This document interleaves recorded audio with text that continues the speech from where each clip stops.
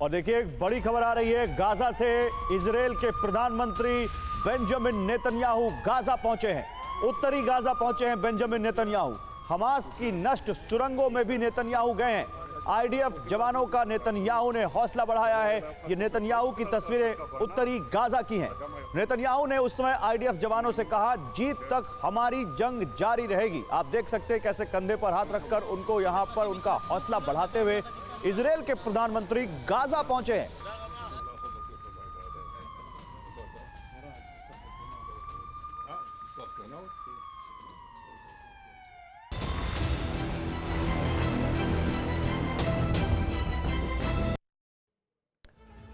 चलिए आगे बढ़ते हैं। दुनिया के 4 देशों ने विनाशकारी चतुर्भुज बना दिया है और इस चतुर्भुज के केंद्र में है सुपर पावर अमेरिका।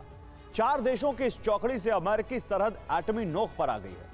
आखिर किस तरह पहली बार अमेरिका के खिलाफ इतना बड़ा चक्रव्यूह तैयार हो रहा है और कैसे वर्ल्ड ऑर्डर धीरे धीरे बदलने लगा है और अमेरिका की बादशाहत को हर देश चुनौती देने लगा है। इतिहास में पहली बार अमेरिका खुद को असहाय महसूस कर रहा है। पुतिन से लेकर जिनपिंग और रईसी से लेकर किम जोंग उन अमेरिका के खिलाफ कौन सी खौफनाक प्लानिंग कर रहे हैं, यह आपको यह स्पेशल रिपोर्ट बताएगी।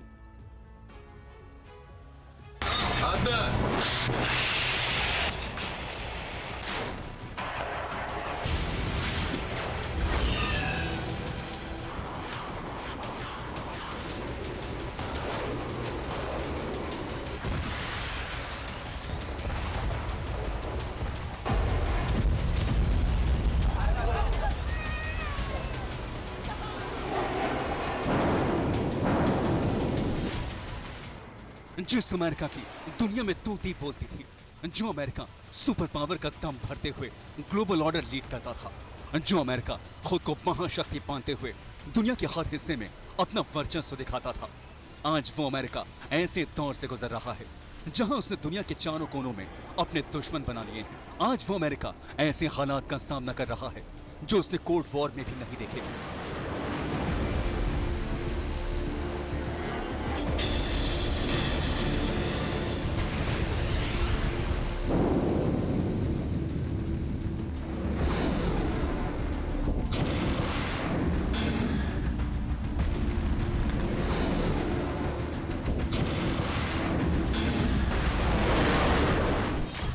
दुनिया के 2 हिस्सों में जंग छिड़ी हुई है। रूस और यूक्रेन में महाविनाश जारी है, तो वहीं अब इजराइल हमास युद्ध में भीषण नरसंहार हो रहा है। लेकिन दुनिया एक नए बैटल के लिए तैयार हो रही है।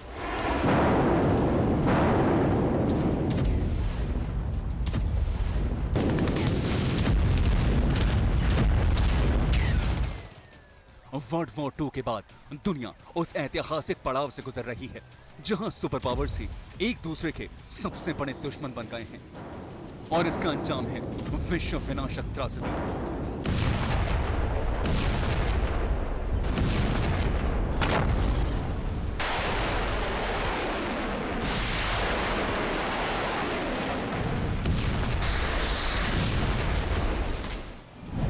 चार देशों के चतुर्भुज ने दी अमेरिका की सत्ता को चुनौती।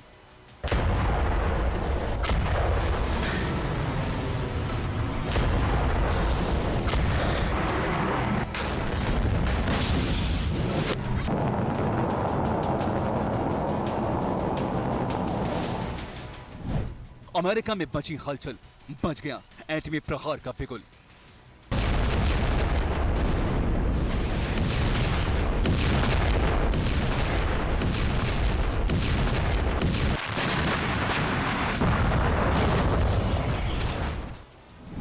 पुतिन, जिनपिंग, रईसी और किम, गाजा की आग, बाइडेन तक राख।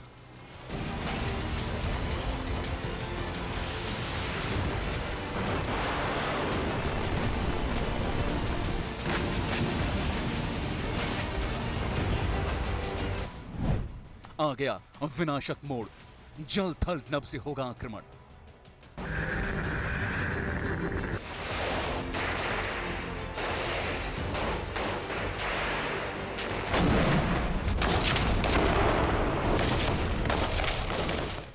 ये इतिहास में पहली बार है, ये वर्ल्ड डिप्लोमेसी में पहली बार है, ये पहली बार है जब एक साथ कई देशों ने सीधे अमेरिका के बादशाहत को चुनौती दी है।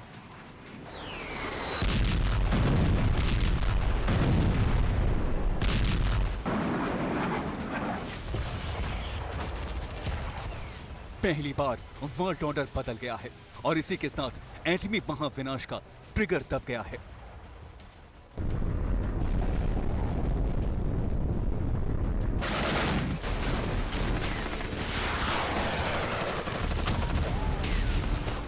यूक्रेन में रूस का बारूदी ज़लज़ला अभी थमा भी नहीं था कि थर्ड वर्ल्ड वॉर का सायरन बज गया है और इसके टारगेट पर है अमेरिका।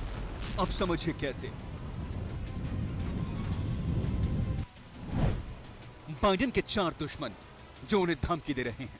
पहले हैं रूस के राष्ट्रपति व्लादिमीर पुतिन, दूसरा नॉर्थ कोरिया का तानाशाह किम जोंग उन, तीसरा ईरान के राष्ट्रपति इब्राहिम रईसी और चौथा चीन के राष्ट्रपति शी जिनपिंग।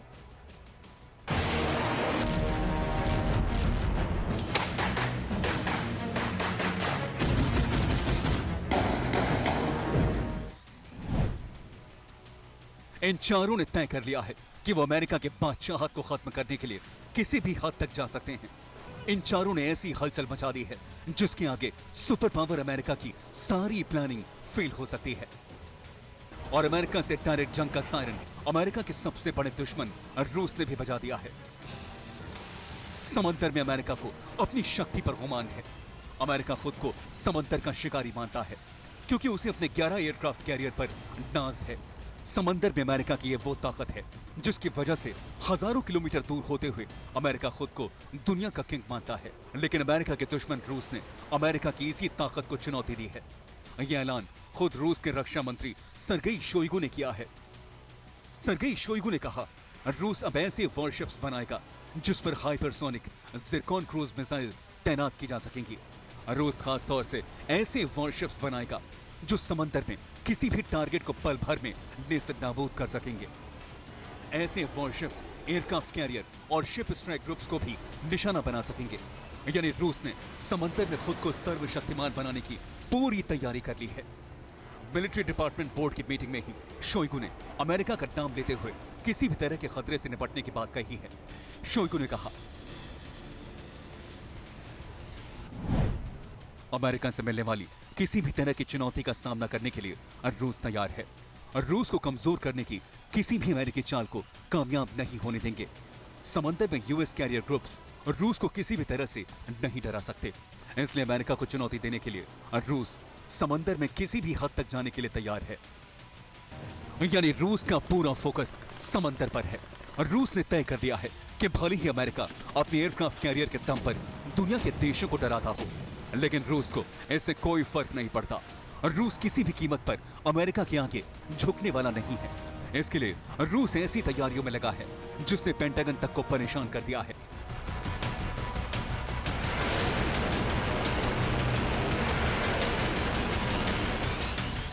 रूस ने अब अपने हर वॉरशिप पर बेहद घातक मिसाइल्स तैनात करने की कसम खा ली है जिससे वो समंदर में अमेरिका के एयरक्राफ्ट कैरियर्स को टारगेट कर सके।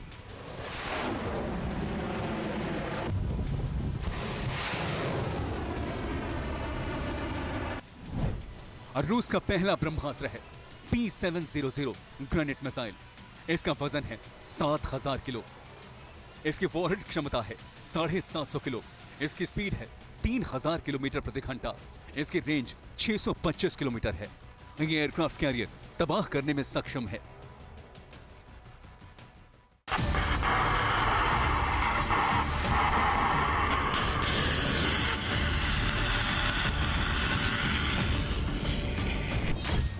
रूस का दूसरा ब्रह्मास्त्र है P800 ऑनिक मिसाइल। इसकी रेंज है 600 किलोमीटर। इसकी स्पीड है 300 किलोमीटर प्रति घंटा। यह सुपरसोनिक एंटी शिप मिसाइल है। यह मिसाइल ज्यादातर रूसी वॉरशिप में तैनात है।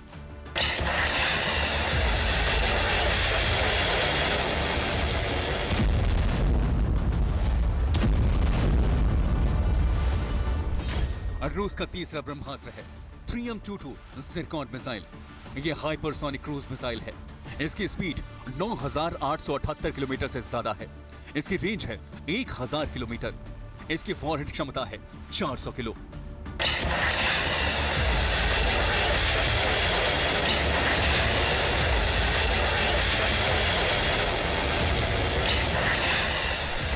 और रूस का चौथा ब्रह्मास्त्र है एडमिरल गोलोवको वॉरशिप। ये प्रोजेक्ट 22350 का तीसरा वॉरशिप है। ये जिरकॉन हाइपरसोनिक मिसाइल से लैस है। ये कैलिबर और ऑनिक्स मिसाइल से भी लैस है। ये दुनिया के सबसे ताकतवर वॉरशिप्स में से एक है।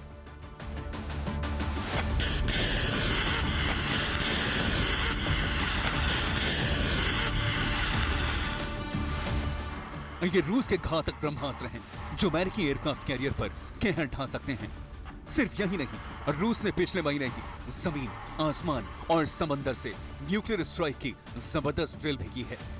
Land based silo, nuclear submarine और बॉम्बर एयरक्राफ्ट से रूस ने वो टेस्ट किए हैं जिसने पेंटागन से लेकर व्हाइट हाउस तक को हिला कर रख दिया है।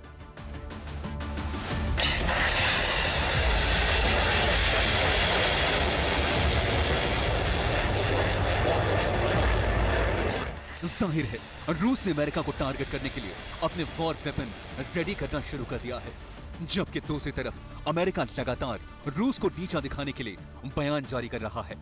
रूस यूक्रेन जंग में रूस की हार हो रही है, इसीलिए वो दूसरे देशों की शरण में जा रहा है। Beginning of the war in Ukraine, it's clearly what is happening in Ukraine is not, falling in Russia's favor, and so we've seen Russia continue to seek out support from other countries such as the DPRK and Iran. We know Iran is supplying them with drones that you're seeing hit in Ukrainian cities, civilian infrastructure, and so we are closely aware of the deepening relationship with Russia and Iran. And अमेरिकी press में pentagon के press secretary Sabrina Singh का बयान दुनिया भर में गया। इसमें कहा गया कि रूस की हार हो रही है और यही पुतिन को बर्दाश्त नहीं। पुतिन इसे सबसे बड़ा झूठ मानते हैं। पुतिन कहते हैं अगर रूस हार रहा है तो अमेरिका लगातार यूक्रेन को हथियार क्यों सप्लाई कर रहा है। सिर्फ यही नहीं, पुतिन ने चुटकी लेते हुए बाइडेन को अपने यहाँ चाय पर भी बुला लिया।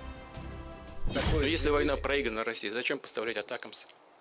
Пусть заберут назад атакамс, все другое вооружение, садится за блины, приезжает к нам на чаепитие. Если проиграна война, о чем мы говорим-то? Зачем атакамс? Задайте ему этот вопрос. Смешно. Во-первых, это, конечно, наносит вред. Это создает дополнительную угрозу. Во-вторых, мы, конечно, сможем отражать эти атаки. Война есть война.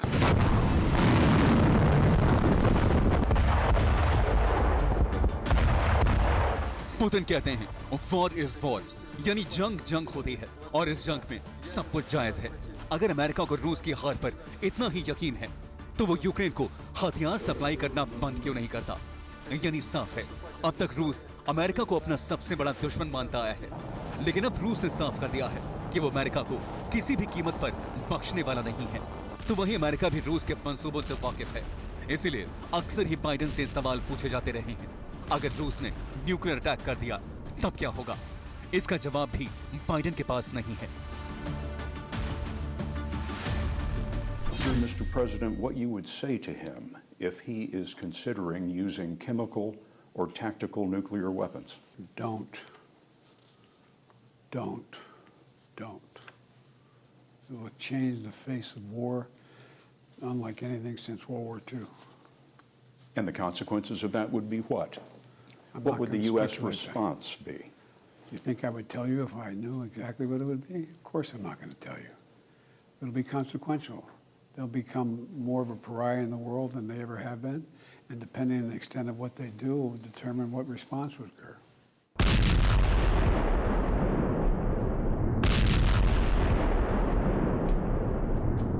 यानी न्यूक्लियर अटैक के सवाल पर बाइडेन निशब्द नजर आते हैं और अमेरिका को भी कहीं ना कहीं ये लगने लगा है कि अब रूस अमेरिका से आर पार की जंग चाहता है, और ये रूस के तेवरों से साफ भी हो गया है।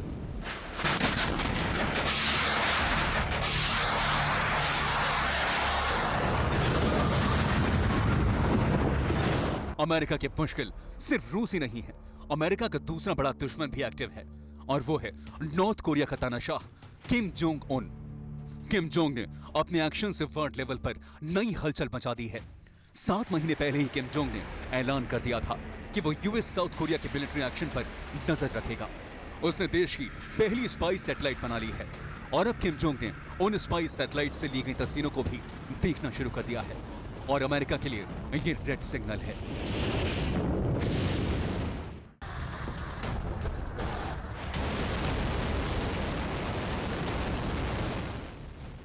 किम जोंग ने साउथ कोरिया की राजधानी सियोल समेत उन शहरों की तस्वीरें देखी जहां जहां अमेरिकी मिलिट्री बेस हैं। किम जोंग ने सियोल, मोकपो, कुनसान, प्योंगटे और ओसान शहरों की तस्वीरें देखी। सभी शहरों में अमेरिका के मिलिट्री बेस हैं। ये तस्वीरें तब ली गईं जब किम की सैटेलाइट इन शहरों के ऊपर से गुजरी। किम जोंग ने अपरा हार्बर स्थित एंडरसन एयरफोर्स बेस की तस्वीर भी देखी। अमेरिकी सेना के दूसरे प्रमुख सैन्य ठिकानों की एरोस्पेस तस्वीरें भी देखी। इन तस्वीरों को प्रशांत क्षेत्र में गुआम के ऊपर आसमान पे लिया गया था। इससे ठीक पहले उत्तर कोरिया ने स्पाई मिलिट्री सैटेलाइट को सफलतापूर्वक कक्षा में स्थापित करके अपने दुश्मन अमेरिका और दक्षिण कोरिया समेत जापान को बड़ा झटका दिया था। किम अपनी बेटी के साथ पहुंचे थे। इस मौके पर उन्होंने सैटेलाइट प्रोग्राम में शामिल लोगों के साथ फोटो भी खिंचवाई। वहीं अमेरिका की नॉर्थ कोरिया की स्पाई सैटेलाइट से लेकर न्यूक्लियर प्रोग्राम तक पैनी नजर है। Are aware of the DPRK's launch of a space launch vehicle and are consulting with ROC and Japan, as well as other regional allies and partners. So I can confirm that we are aware of that, but we're still assessing the success of the launch. North Korea की तरफ से आ रही परमाणु धमकियों के बीच America और south Korea लगातार military drills करते रहते हैं। कुछ महीनों पहले अमेरिका ने साउथ कोरिया के साथ मिलकर इतिहास की सबसे बड़ी वॉर ड्रिल की थी। 12 दिन की एरियल एक्सरसाइज में 110 वॉर प्लेन्स शामिल हुए थे।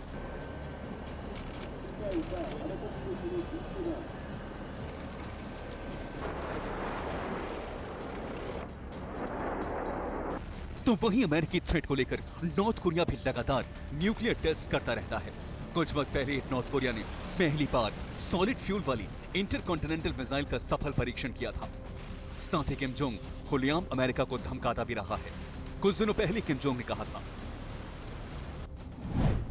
हमारा देश एटमी ताकत का इस्तेमाल करने के लिए तैयार है। अगर अमेरिका या साउथ कोरिया से जंग होती है तो हम न्यूक्लियर पावर का इस्तेमाल करने में नहीं हिचकेंगे।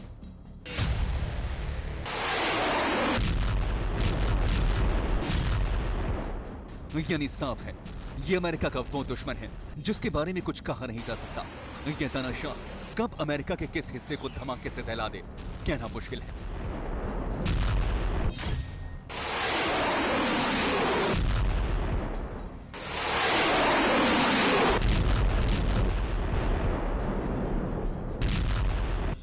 अमेरिका के दुश्मनों में तीसरा नाम है ईरान। एक तरफ गाजा में इजराइल और हमास के बीच जंग जारी है, तो वहीं ईरान ने अमेरिका को टारगेट करते हुए अपना नया ब्रह्मास्त्र दिखा दिया है। ईरान ने अपनी हाइपरसोनिक मिसाइल तैयार की है। कुछ दिनों पहले सुप्रीम लीडर अयतुल्ला खामेनेई के सामने इस मिसाइल को दुनिया के सामने पेश किया गया। इजराइल के अखबार यरूशलेम पोस्ट ने ईरान की नई हाइपरसोनिक मिसाइल के बारे में जानकारी देते हुए लिखा है कि ये ईरान की ओर से अमेरिका और इजराइल को नई धमकी है। ईरान का दावा है कि उसकी मिसाइल इजराइल और अमेरिका दोनों देशों की सबसे advance anti ballistic missile system को बाईपास करने की क्षमता रखती है।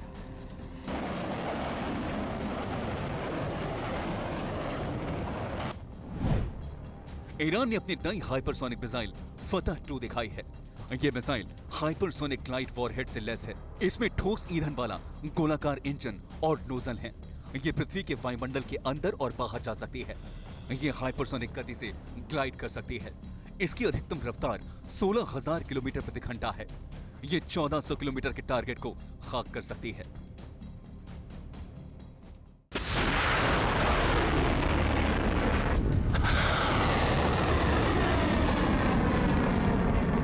कुछ समय पहले ईरान ने परमाणु हथियार ले जाने वाले इंटरकॉन्टिनेंटल बैलिस्टिक मिसाइल का सफल परीक्षण किया था।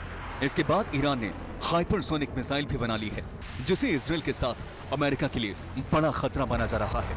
वहीं ईरान पर अमेरिका के खिलाफ प्रॉक्सी वॉर करने का भी आरोप लग रहा है। कुछ दिनों पहले अमेरिकी ठिकानों पर लगातार एक के बाद एक अटैक हुए।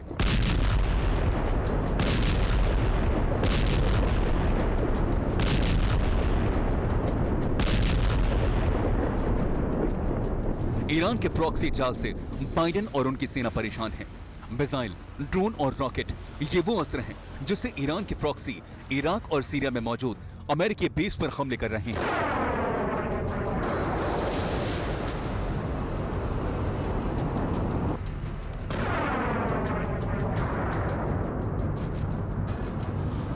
कुछ दिनों पहले अमेरिकी बेस पर एक के बाद एक कई हमले हुए। ड्रोन हमलों से इराक और सीरिया में मौजूद अमेरिका के कई मिलिट्री बेस दहल उठे। हैरानी की बात यह है कि सुपर पावर अमेरिका तमाम कोशिशों के बावजूद इन हमलों को रोक नहीं पाया। इराक के अल हरीर और सीरिया के एन अल असद बेस पर हमले हुए। इन हमलों के वीडियो भी जारी किए गए।